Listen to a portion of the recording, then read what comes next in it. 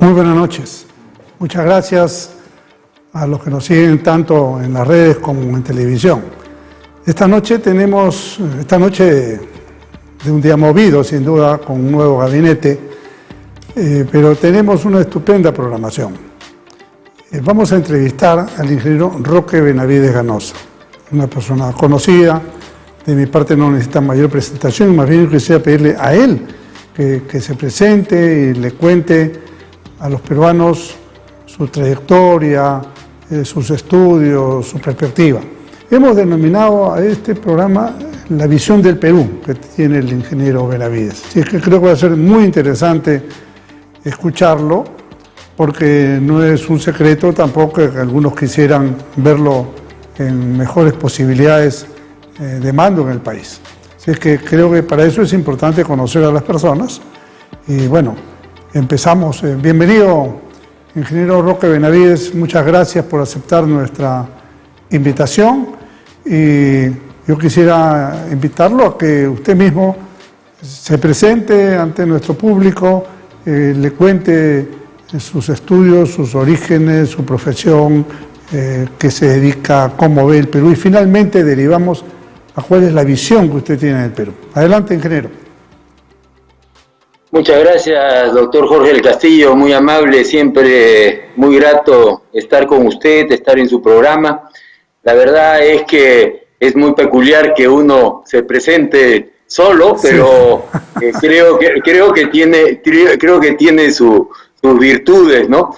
La verdad es que yo soy hijo de don Alberto Benavides La Quintana y doña Elsa Ganosa de la Torre, que recientemente falleció lamentablemente. Así es. Mi padre era entre arequipeño e iqueño, y mi madre era nacida en Trujillo, totalmente trujillana, y por lo tanto yo soy pues de, quién sabe, un crisol de provincianismo, y en ese sentido me siento pues muy identificado con todo el Perú, no solamente con Lima.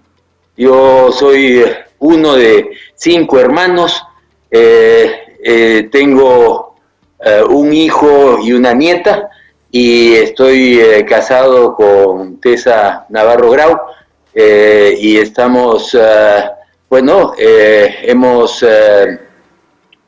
estudiado en el Perú, por supuesto, el Colegio Inmaculado Corazón, el Colegio Santa María posteriormente, y luego en la Pontificia Universidad Católica. Yo soy ingeniero civil por la Pontificia Universidad Católica.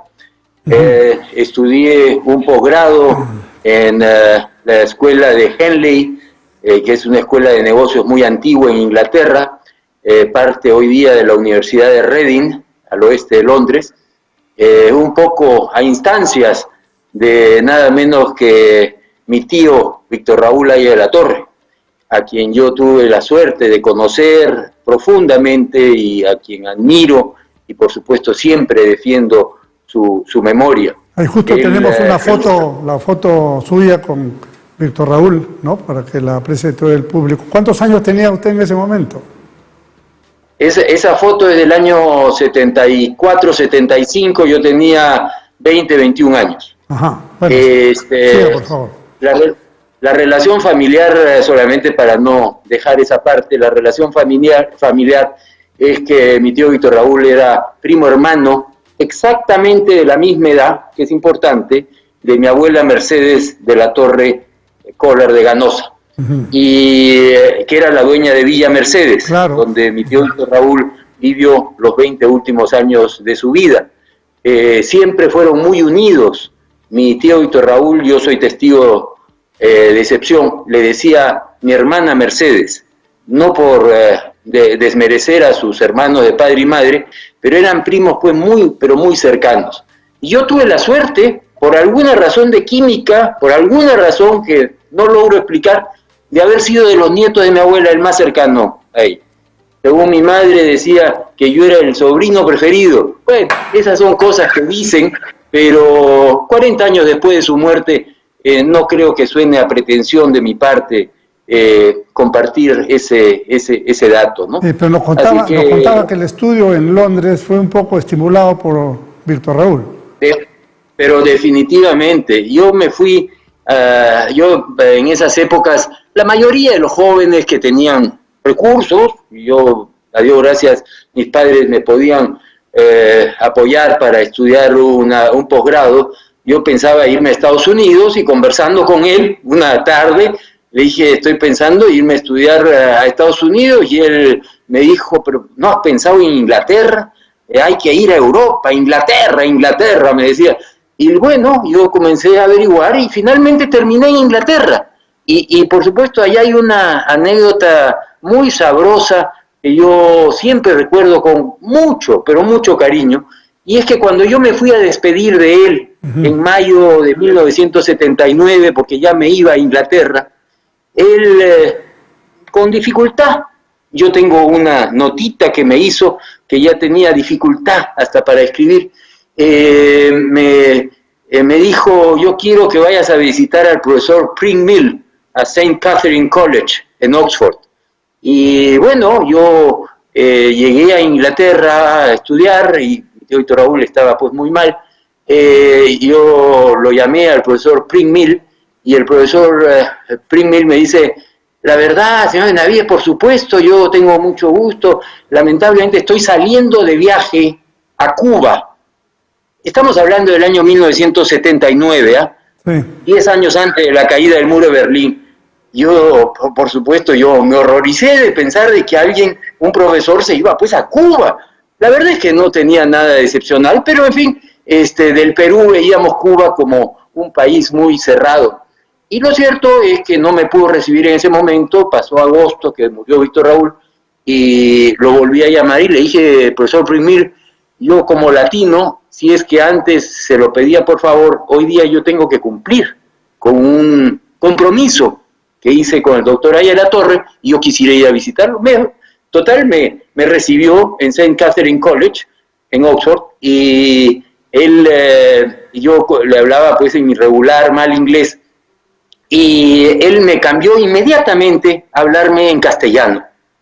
Como Víctor Raúl me había dicho que lo vaya a visitar sin darme mayores detalles, este hombre cambia a castellano y yo no le noto acento, cosa que es muy curioso, pues cuando uno está en el extranjero y uno dice, ¿qué pasó acá? Y entonces le digo, profesor Pringmill, explíqueme por favor, ¿cómo es posible que yo no le note a usted ningún acento? Usted está hablando como si fuera peruano, usted ha vivido mucho en el Perú.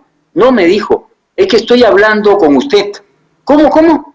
No, usted tiene que entender que yo soy profesor de literatura hispano-latinoamericana acá en Oxford, y hablo con el acento castellano de la persona con la que me toca hablar. La verdad es que simplemente eso demuestra el perfil de los amigos de Ayala Torre, la sofisticación, por supuesto la cultura y que tenía Víctor Raúl y los amigos. Cuando la gente pues habla de Einstein y que Víctor Raúl conoció a Einstein, por supuesto, pero también conoció a grandes profesores como este profesor Pringmill en St. Catherine College. Lo cierto es que, bueno, tuve la suerte de conocerlo y de hablar con él un buen rato.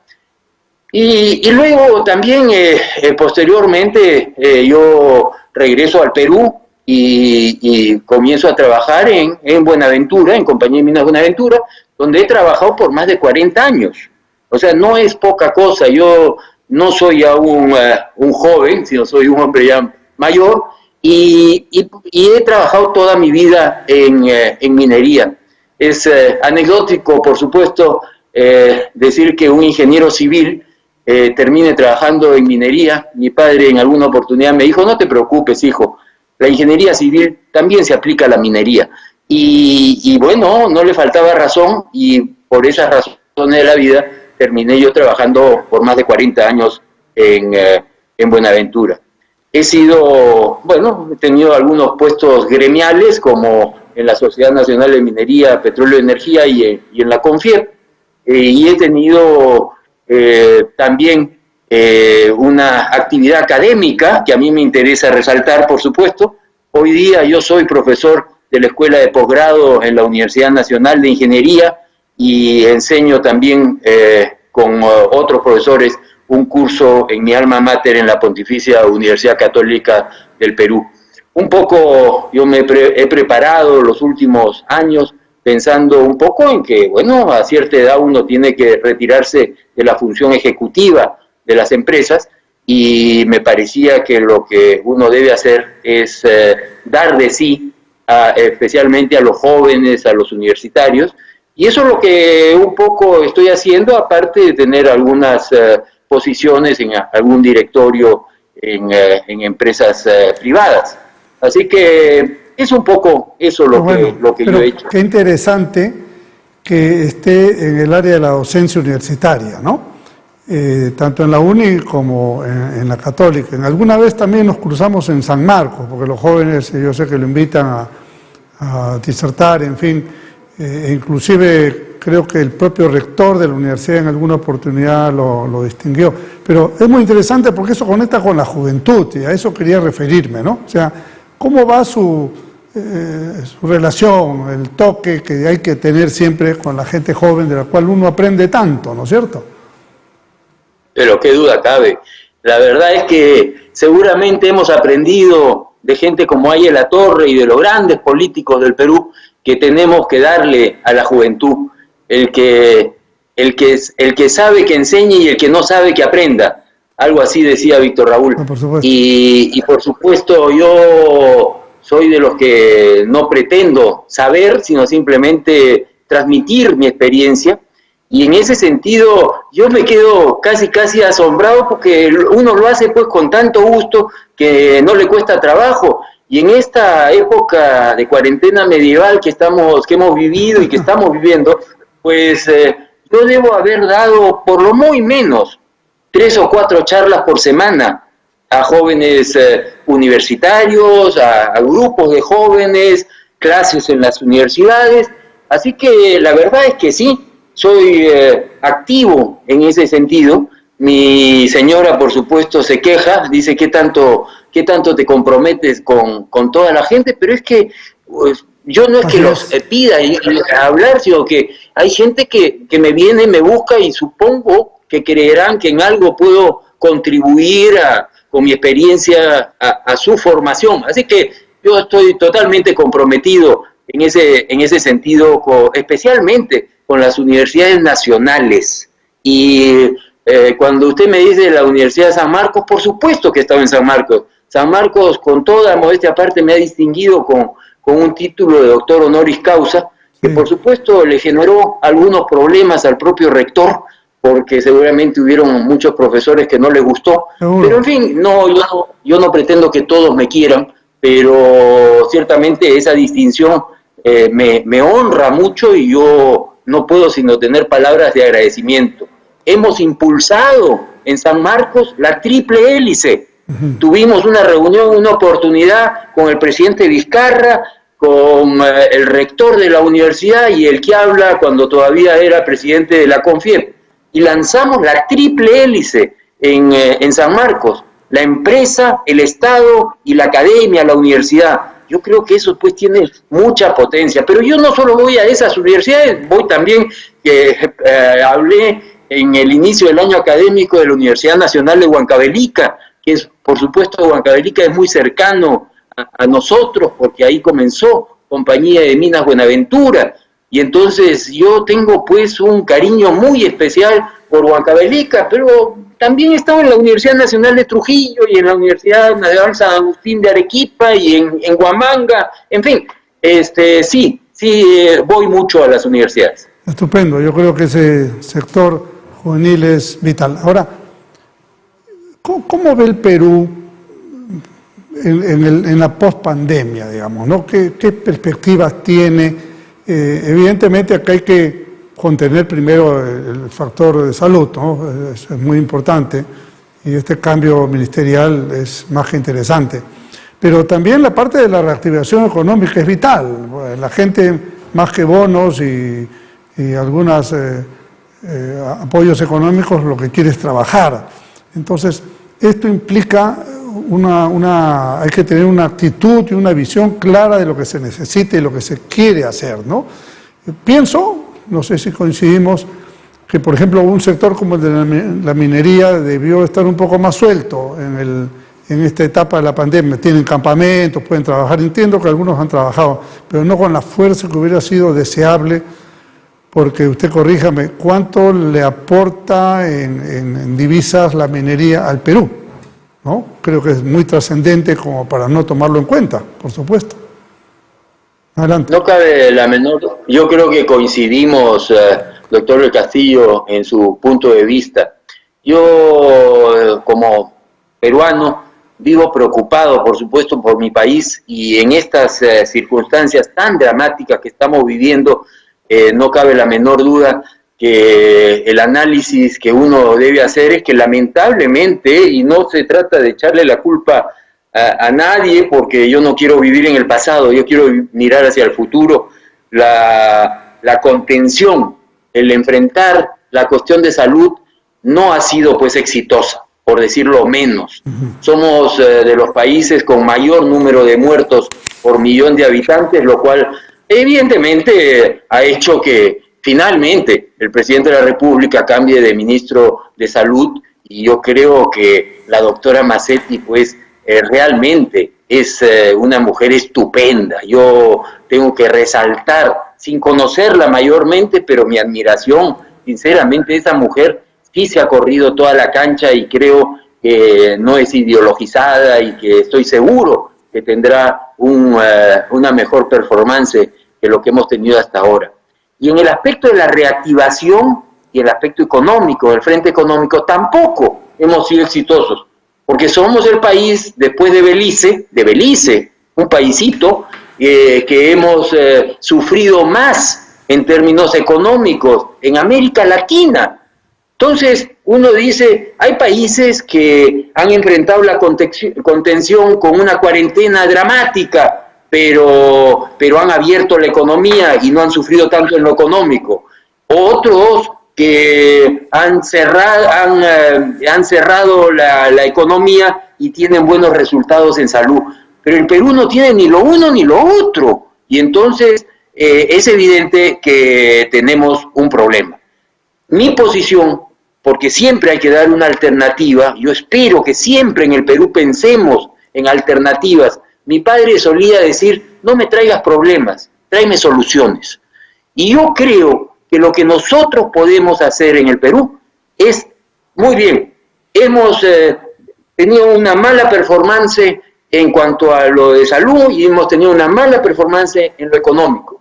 Bueno, trabajemos esos temas, mejoremos esos temas. Pero ahora lo que toca, en una depresión económica, porque lo que tenemos es una depresión, no es una recesión, es una depresión económica. El Perú va a decrecer entre 12 y 15% en el 2020. Recordemos que Alemania el año 1945 se retrajo en 5%. Alemania en 1945. El Perú va a decrecer 12 a 15% este año. Entonces, lo que tenemos que hacer es enfrentar esa depresión económica. Y yo lo que creo, doctor del Castillo, es que no hay derecho en el Perú, y no voy a hablar solamente de la minería, no hay derecho que Chavimochic 3, el sueño de Víctor Raúl, porque la obra de Chavimochic fue impulsada por ahí en la torre. El sueño de Víctor Raúl, como decía, una pared en algún momento y que la han tumbado y yo espero que algún día la vuelvan a poner.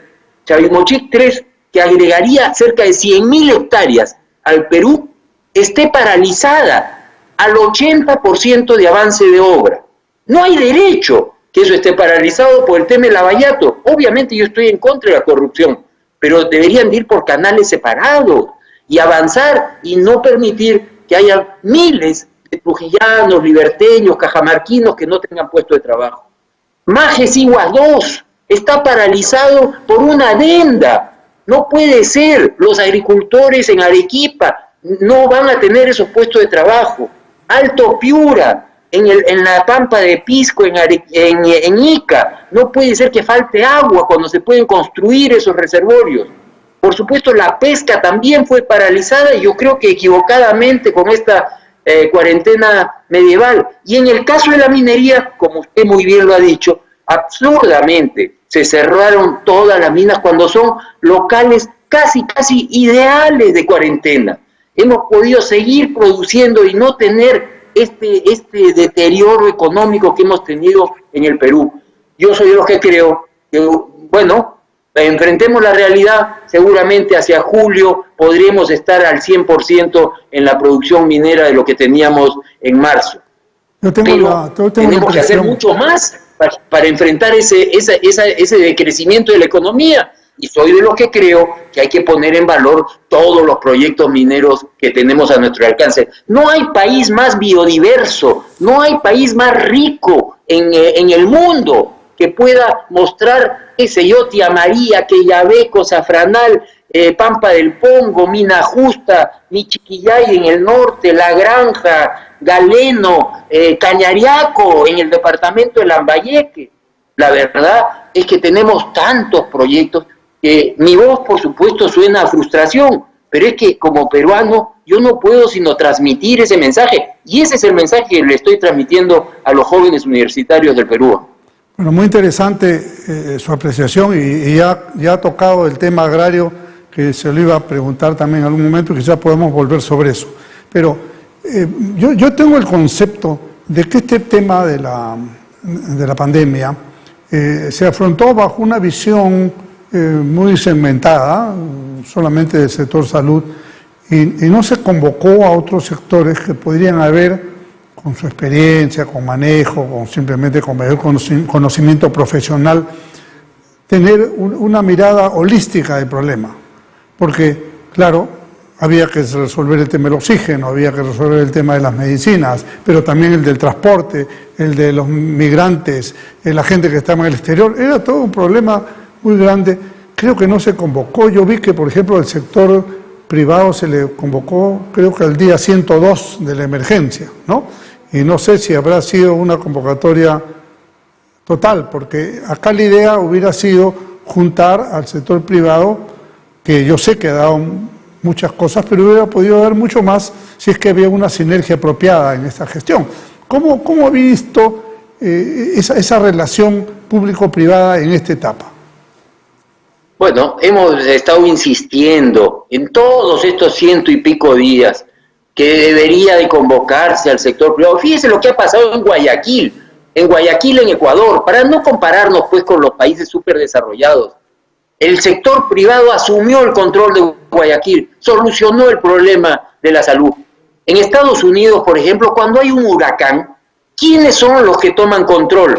La gente especialista en logística, que son las Fuerzas Armadas. Yo he venido insistiendo que el sector privado ha podido colaborar mucho más, pero las Fuerzas Armadas se les ha convocado para que cuiden las calles, para que cuiden las carreteras, y no para esa cuestión técnica que tanto conocen, que es la logística. La logística de la guerra no es distinta a la logística que se necesitaba aplicar en esta pandemia. Lo que estamos viviendo y lo que hemos vivido es una guerra. Yo no me explico por qué es el afán de tener las reuniones de los sábados, o de las 12 del día, de las 12 del día, para contar el gobierno ha hecho y ha hecho esto otro, y no convocar al sector privado. No se mencionó cuando fue, por ejemplo, el ex primer ministro al Congreso de la República para ser ratificado, ni una vez mencionó la palabra sector privado. La verdad es que la cuestión ideológica también nos ha jugado una mala jugada en el Perú. Las Fuerzas Armadas y el sector privado han debido colaborar muchísimo más y hubiese sido mucho más exitoso enfrentar la pandemia, la reactivación económica, y yo espero que ahora la tercera ola, como yo le he llamado, es sacar adelante todos estos proyectos de los que hablé.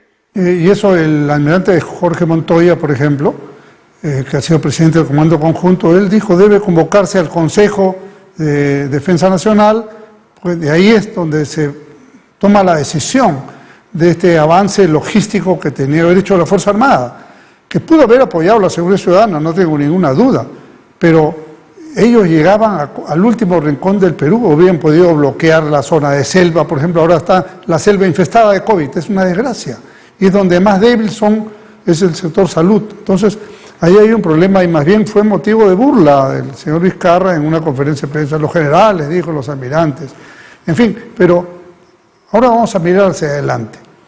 Yo espero que el nuevo gabinete, que le quede un año, pueda convocar con más fuerza al sector privado, ¿no?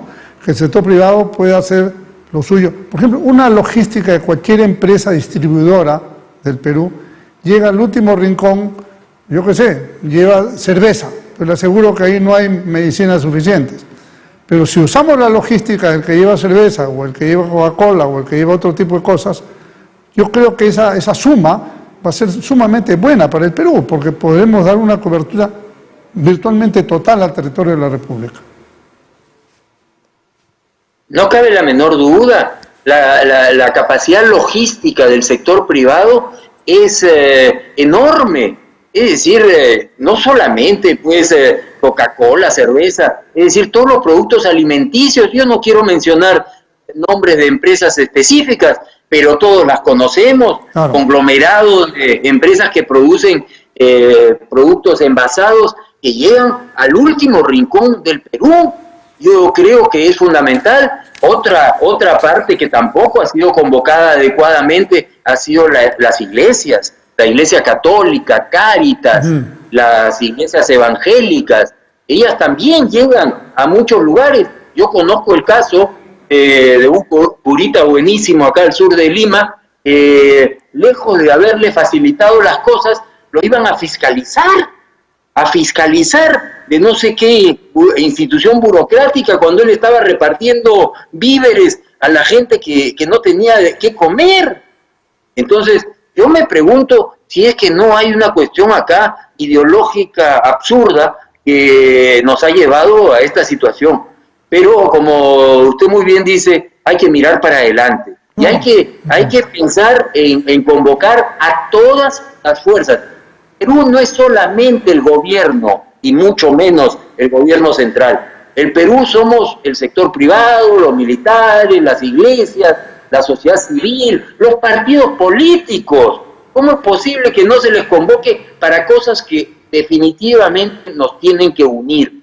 Yo creo que lo que nosotros, y yo espero de este nuevo gabinete, es que una a los peruanos, que convoque, no que confronte, que convoque. Yo creo que es indispensable esa convocatoria, y creo que tiene que ser liderada, por supuesto, por el presidente de la República y por el Consejo de Ministros.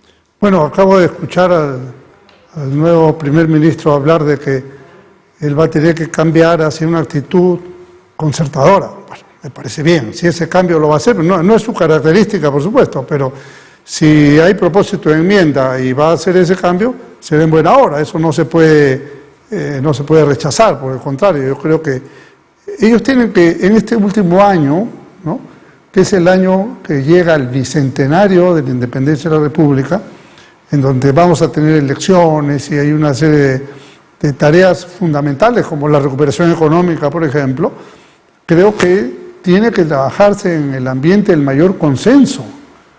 No son unanimidades, pero sí es la construcción de un consenso que permita avanzar. Y en esto, por ejemplo, dice usted bien, ¿no?, hay sectores que se han omitido. La Iglesia, más bien ha dado una lección, ha conseguido equipos de oxígeno, ha distribuido alimentos, no se le convocó formalmente. Las organizaciones populares de base, ¿no?, los clubes de madres, los comedores populares. Yo recuerdo que esa estructura social fue muy importante cuando fue la pandemia del cólera, ¿no? Hicieron un rol estupendo. Además daban alimentos a la gente pobre y el Estado a través de esa ruta llegaba con alimentos. Igualmente la Fuerza Armada, yo creo que ha podido cumplir un mayor rol, pero sus órdenes fueron muy restringidas, muy limitadas. Pero bueno, ahora que tenemos esta tarea, yo veo que cómo se puede hacer. Por ejemplo, destrabar, y esa es una cosa que por ideología el señor Ceballos y compañía no lo hacían, o no tenían la voluntad de hacerlo. Pero creo que es una gran oportunidad para destrabar los procedimientos que permitan hacer los mecanismos de inversión más rápidos. ¿Por qué se contrata a una firma inglesa para la reconstrucción con cambios, ¿no? Y que tuvo buen éxito en los Panamericanos? ¿Por qué? Porque ellos pueden prescindir de alguna forma de todo este muro de contención que existe para la inversión. Entonces sigamos el mismo camino, sin necesidad de tener que contratar empresas extranjeras, sino con las propias empresas y consultoras peruanas haciendo lo mismo, pero destrabando y vamos a ver en lo posible reducir esta política, esta cultura de sospecha permanente, ¿no? Ningún funcionario se atreve a hacer nada porque sabe que después le caen con todo, tenga o no tenga razón. Entonces, esta política de destrave me parece que es fundamental. ¿Qué le parece? Y cuéntenos, ingeniero, ¿cuánto cuesta, para que la gente tenga una idea, cuántos años cuesta sacar un proyecto minero, desde que se tiene la idea hasta que se saca la primera pepa? ¿Cuánto demora? Bueno, y eso es lo que hay que destrabar. Yo creo que uno de los problemas en el Perú es el burocratismo, que definitivamente ha trabado muchas inversiones. Yo creo que es indispensable ir a una suerte de ventanilla única para sacar adelante los proyectos, ponerlos en valor. No hay derecho que tengamos los recursos que tenemos, no los pongamos en valor. Por ejemplo, para explorar, que no es otra cosa que la investigación de las entrañas de la tierra, investigación. ¿Quién en su sano juicio se puede oponer a la investigación? En Canadá, en Australia, no se tienen que pedir permisos para explorar. En el Perú nos toma entre 6 meses y 1 año conseguir un permiso para explorar. Para explorar. Definitivamente, para explorar solamente. No. Y luego, después vienen los permisos para desarrollar, si es que uno encuentra algo, y eso puede tomar hasta 10 años. Hay ejemplos patéticos en el Perú. Un proyecto, una mina como Antamina, que hoy día es probablemente la mina más grande del Perú, los denuncios, aunque usted no lo crea, fueron puestas por un joven que tenía algo así como 30 años, que era gerente de exploraciones de la Cerro de Pasco, que era mi padre, en 1950. Por eso es que conozco la historia. ¿Cuándo entró en producción Antamina? En el 2002. ¿Cuándo se descubrió los fosfatos de Bayóvar? En 1926. ¿Cuándo se puso en producción? En el 2004. Es decir, las cosas que hemos hecho en el Perú son increíbles. Cuánta pobreza pasó, cuánta falta de educación, cuánta falta de salud. Yo creo que es indispensable destrabar todo lo que se pueda destrabar. Y por supuesto, en las circunstancias en las que estamos, último año de gobierno, de un gobierno presidido por un hombre que no fue elegido, sino que reemplazó al presidente Kuczynski, y que estamos en el último gabinete, cuarto gabinete de este segundo presidente de este gobierno, que realmente deberían de abocarse a sacar adelante y facilitar la inversión. Yo sí creo que las empresas constructoras peruanas, las honorables, las serias, deben de ser contratadas. Los peruanos somos los que debemos de hacer los trabajos. Y yo creo que la lucha contra la corrupción seguramente debe continuar, pero eso no quiere decir que el 100% de los peruanos somos corruptos. Yo creo que hay que comenzar por confiar en nosotros mismos y sacar adelante los proyectos. Las empresas de ingeniería, hay empresas de ingeniería estupendas en el Perú, hay empresas de construcción, hay empresas, por supuesto, mineras, agroindustriales, pesqueras, manufactureras, estupendas. Yo creo que hay que fomentar todo lo que se pueda fomentar en este último año de gobierno con este nuevo gabinete. Resulta paradójico que en el Twitter que hoy día lanzó el señor Ceballos, el doctor Ceballos, ya en los minutos finales de su gestión, se quejaba de la insensibilidad de la burocracia, cuando él era partidario más bien de crear todos los requisitos y pasos habidos y por haber. Yo he visto, por ejemplo, los famosos protocolos para que funcione, ¿no? Yo estuve estimulando que dejaran trabajar a los mototaxistas, ¿no? Llevando un solo pasajero, por lo menos, pero que funcione, en lugar de estar ahí, porque eso no tenían bonos, no tenían nada.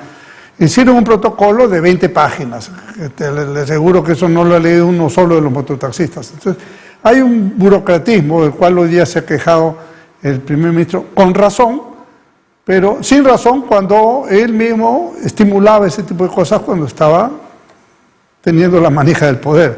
Pero bueno, digo, es una gran oportunidad para que el nuevo gabinete cambie un poco las cosas. Y en ese sentido, ¿qué le parece el ministro del sector minería, donde usted tiene mayor presencia? El nuevo ministro.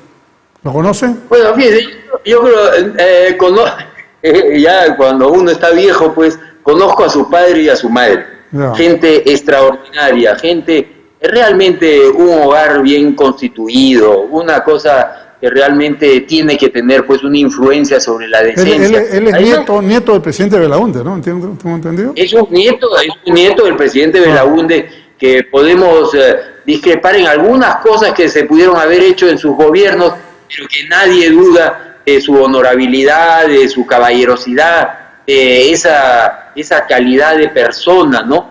Y de los grandes políticos, por supuesto, que hemos tenido en el Perú.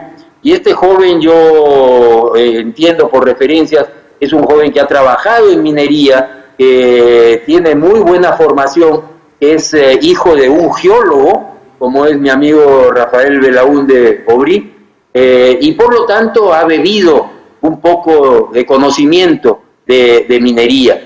Yo creo, entiendo que también ha sido alumno del doctor Cateriano, y por lo tanto tiene una afinidad con él. Yo creo, él es un hombre que sí cree en impulsar los proyectos, no por desmerecer a la ingeniero Susana Vilca, porque yo también tengo un gran aprecio. Susana Vilca es una ingeniera de minas de la Universidad del Altiplano en Puno, una mujer muy esforzada que ha trabajado en el IGEMET, una mujer valiosa. Yo creo que si es que han pensado en sustituirla por Rafael Belaúnde, pues el sitio le queda también difícil de complementar, porque la ingeniera Susana Vilca estaba haciendo buen trabajo. Quién sabe, un poco callado, sí, pero estaba haciendo buen trabajo. ¿No le parece perdón, ingeniero, el Belaúnde puede hacer un mejor trabajo también? Así esperamos. Y en el destrave creo que va a ser un rol importante. ¿No le parece que el sector economía, al cual acepto plenamente que quizás no hubiera sido conveniente cambiar a la ministra en este momento, pero sí me parece que es necesario reforzarla, porque es una persona joven, pero necesita un apuntalamiento con un equipo sólido que le permita afrontar las presiones que le han venido haciendo en los últimos tiempos? Por ejemplo, a ver, usted da una opinión negativa sobre el actual Congreso, ¿no?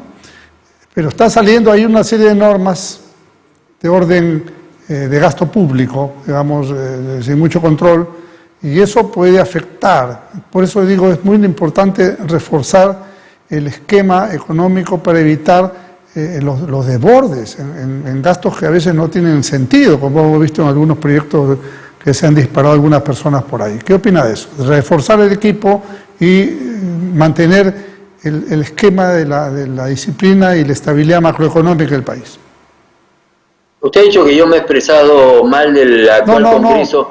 Leí en gestión, perdón, no mal, sino en gestión leí una declaración ayer, ¿no? Mencionaba... No, pero es que tiene usted razón. No, yo no le estoy contradiciendo. Ya. Lo que es una cuestión evidente, que han salido pues normas muy populistas y muy preocupantes del Congreso. Y por supuesto también otro tipo de normas políticas que tampoco han sido todos los satisfactorias. Así que yo pueda criticar al actual Congreso no es pues ninguna novedad. Seguramente estoy en el 99% de los peruanos. Así que nada, no creo que sea mayor cosa. Lo que también he dicho es que la ministra de Economía nosotros la notábamos muy solitaria dentro del gabinete. Eso es. Y claro, si el presidente del Consejo de Ministros la contradecía, si es que permanentemente escuchaban a gente de Frente Amplio, como el ministro de Salud, pues es evidente que una mujer con la sensatez que tiene Antonieta Alba iba a tener una labor muy difícil. Yo sí espero que con este gabinete ella pueda sentirse mucho más cómoda y que pueda realizar mucho mejor su trabajo. Yo creo que el Congreso de la República también hay que invocarlo a que trabajen más. Cuando yo escucho a don Julio Velarde, que es un prohombre en el Perú, el mejor banquero central del mundo, que va y poco menos que le enmienda la plana pues al Congreso. El Congreso debe escuchar a gente como él, y él sí está trabajando muy de la mano con Antonieta Alba, y me parece que deberíamos de prestarle atención a esa gente que tiene la capacidad, que nos ha llevado a una situación macroeconómica tan estable como la que tenemos en el Perú. No perdamos todo ese trabajo que se ha hecho en los últimos 30 años. Ahora, la economía siempre, y lo digo por experiencia propia, no han visto, vamos a decir, con amabilidad, por usar una palabra suave, los mayores aportes en sectores como salud y educación. Siempre restringidos, con problemas, no se entendía, por ejemplo, que eso eran inversiones de orden social. Entonces, esta pandemia ha enseñado, una de las enseñanzas de lo que nos queda es, oye, mira, fueron sectores que no tenían una prioridad apropiada, hay que darle más recursos, hay que racionalizar mejor los recursos, que sea más eficiente y tengamos mejores equipamientos. No es posible que hayamos tenido el equipamiento, y no digo solamente equipamiento, el personal, por ejemplo, que trabaja en fronteras, gana miserias. Entonces, ¿qué médico puede ir para allá? ¿Cuál es el enfoque que tendría Roque Benavides, o el nuevo enfoque respecto a áreas tan fundamentales como la educación y la salud, desde el punto de vista de los recursos nacionales, de la economía nacional? Esta cuarentena nos ha hecho reflexionar a todos los peruanos, y a mí, por supuesto, también. Y yo he pensado mucho, qué cosa es lo que nos ha fallado en todo esto. Y sinceramente, si usted me preguntara qué cosa haría yo, por lo pronto pondría banda ancha a todo lo largo y ancho del Perú. No hay derecho que se le pida a los niños de las familias más pobres del Perú que se eduquen a distancia cuando de repente no tienen acceso a banda ancha, que no tienen acceso a electricidad, que también haría un esfuerzo de electrificación, y que en muchos casos la cuestión sanitaria, el tema es el agua, y el agua es fundamental. No hay derecho que haya gente en el Perú que todavía no tenga servicios de agua y desagüe. Yo concentraría sinceramente el trabajo del Estado en agua, desagüe, electricidad y banda ancha, y darles así la oportunidad para poder desarrollarse. Pero resulta que hoy día pretender que los niños puedan estudiar a distancia cuando no tienen esos elementos será pues muy difícil. Yo creo que el Estado tiene que invertir, y por supuesto cuando hablé de inversiones no mencioné la inversión pública, pero ese tipo de inversión es la que potencia las posibilidades, las capacidades de nuestra gente, de nuestros niños, de nuestros jóvenes, de nuestros adultos. Yo le he sugerido a varios ministros de Energía y Minas, espero tener la oportunidad de hacerlo con el nuevo, una cosa que uno va formándose poco a poco, ¿no? A veces dicen, ¿y por qué no lo hiciste en ese tiempo? Bueno, porque uno va formando criterio poco a poco, con el tiempo y con la experiencia. En el Ministerio de Energía y Minas hay un fondo muy importante para la ampliación de la frontera eléctrica. Y programas muy buenos. En nuestro gobierno se dio luz como a 3,5 millones de personas. Pero ahora la idea, y justamente la idea consiste en lo siguiente: habría que ampliar la ley de aplicación de ese fondo para que en paralelo que llevas electricidad al pueblo, con un poquito más de plata, un poquito nada más de plata, le puedes hacer conectividad, por ejemplo, platos satelitales o la banda ancha, en fin, llevar conectividad, de forma tal que uno puede llevar teleeducación y telemedicina. Y por supuesto, distracción, en fin. Esto es nada más que un decreto supremo posiblemente, que yo sé que el ministro Istmo, si no me equivoco, lo mandó a hacer, pero no sé, nunca lo vi que se realizara, y yo le planteé como una sugerencia que se la dirigí directamente al presidente de la República, pero no la han recogido, y creo que esa sería una idea fundamental, porque la plata está ahí, no tienen que inventar absolutamente nada, ¿no? Y esto es el producto de una serie de inversiones que se dan, que incrementan ese fondo de ampliación de frontera agrícola, que sería ampliación de las telecomunicaciones. Esa es la idea. ¿Qué le parece? No cabe la menor duda. El Estado no debe meterse en cosas alambicadas, no debe meterse en negocios de riesgo, sino debe ocuparse en lo que la Constitución estipula: salud y nutrición, educación, infraestructura básica, seguridad y justicia. Pero yo creo que ahora, con esta pandemia, ha quedado especialmente en evidencia que si queremos teleeducación, telemedicina, como usted muy bien dice, necesitamos esa conectividad. No podemos pretender que se eduquen los niños sin darle las herramientas. Y yo, por supuesto, lo que quiero para mi país es que hayan jóvenes y niños bien educados, porque la educación es lo único que los va a sacar de la pobreza, les va a dar oportunidades hacia el futuro. Yo creo que el Estado debería concentrarse en esos programas y no estar pensando, pues, en, qué sé yo, nacionalizar clínicas o meterse en una refinería en Talara, ¿no?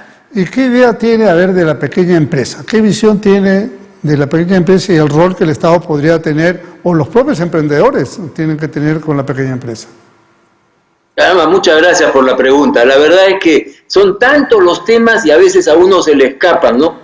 Yo he tenido, dentro de estas charlas que he venido dando, muchas con los micro y pequeños empresarios de Gamarra, de Villa El Salvador, de Arequipa, de Trujillo, y ciertamente los más sufridos en esta cuarentena medieval han sido ellos.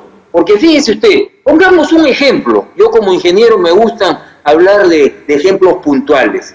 Los confeccionistas de zapatos del Porvenir en Trujillo, a ellos a la hora de la cuarentena se les bloqueó y no podían producir. Sin embargo, el calzado que venía de la China, claro, a precios realmente bajísimos, seguía ingresando al mercado peruano.